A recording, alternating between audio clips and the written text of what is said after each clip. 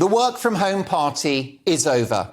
As companies demand workers return to the office or lay them off because they realise they weren't doing that much at home in their living room, it seems the hellishly expensive work-from-home experiment is coming to an end. Businesses have realised they need staff to be together, to interact, to debate, to exchange ideas, to be creative, to collaborate. And that can't be done through a webcam on a video call.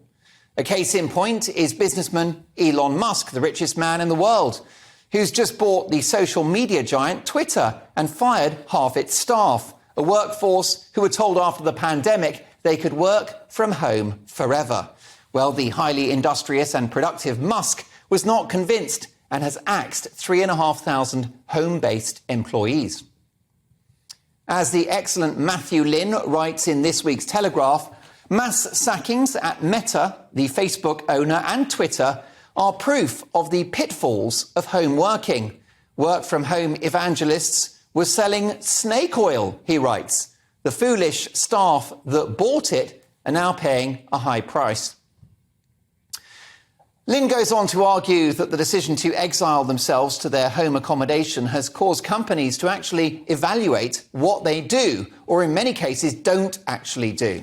Work from home is particularly bad if you're in a non-job, where the office is, a pretty good backdrop for you to pretend you're very busy, creating the illusion that you're making a contribution with your jacket on the back of the chair, endlessly photocopying. But if you're off-site, it's abundantly clear that your contribution is nil. Now, there will be a positive legacy from lockdown, in which many will have meetings online or even a day or two at home as part of a hybrid working situation. Work from home is brilliant for anyone that's got a pet or small children who they can take to school and pick up in the afternoon. But like lockdowns, people working from home en masse has been an experiment we can ill afford.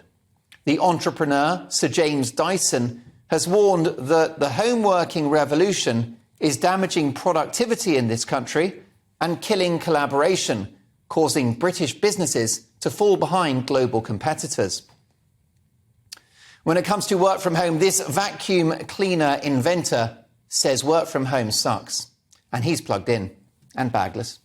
Meanwhile, Price Waterhouse Cooper boss Kevin Ellis has said work from home, which often means doing bugger all at home except taking naps and watching Countdown, is costing the economy £15 billion a year, factoring in not only reduced spending by office workers, but what he calls the opportunity cost of people and businesses not being clustered together. Of course, he's right. By not going to the office, workers are not buying a coffee at lunchtime, not picking up dry cleaning, and not sinking a pint at a city centre pub after work. And as well as the impact on productivity, there is the psychological price of workers stuck at home for hours on end without anyone to interact with, no water cooler chats about last night's EastEnders, or whether anyone knows if Debbie from sales is actually single at the moment. Let's hope she is. She's a corker. As is Big Mike in accounts. He can crunch my numbers any day. We are social creatures. We need to be together, which is why it's been such a scandal that scores of civil servants have insisted on working from home post-pandemic. If public sector workers can't set an example, we're all doomed. The then Business Secretary, Jacob Rees-Mogg, rightly cracked down on this in his own department, sending cheeky notes inviting workers back to the office. And he will be my Mark Meets guest this Sunday at 10 p.m. live on the show. If we're going to stage the economic recovery that is so necessary for this country, it's going to be achieved by people working together again. Your country needs you, and your workplace needs you too.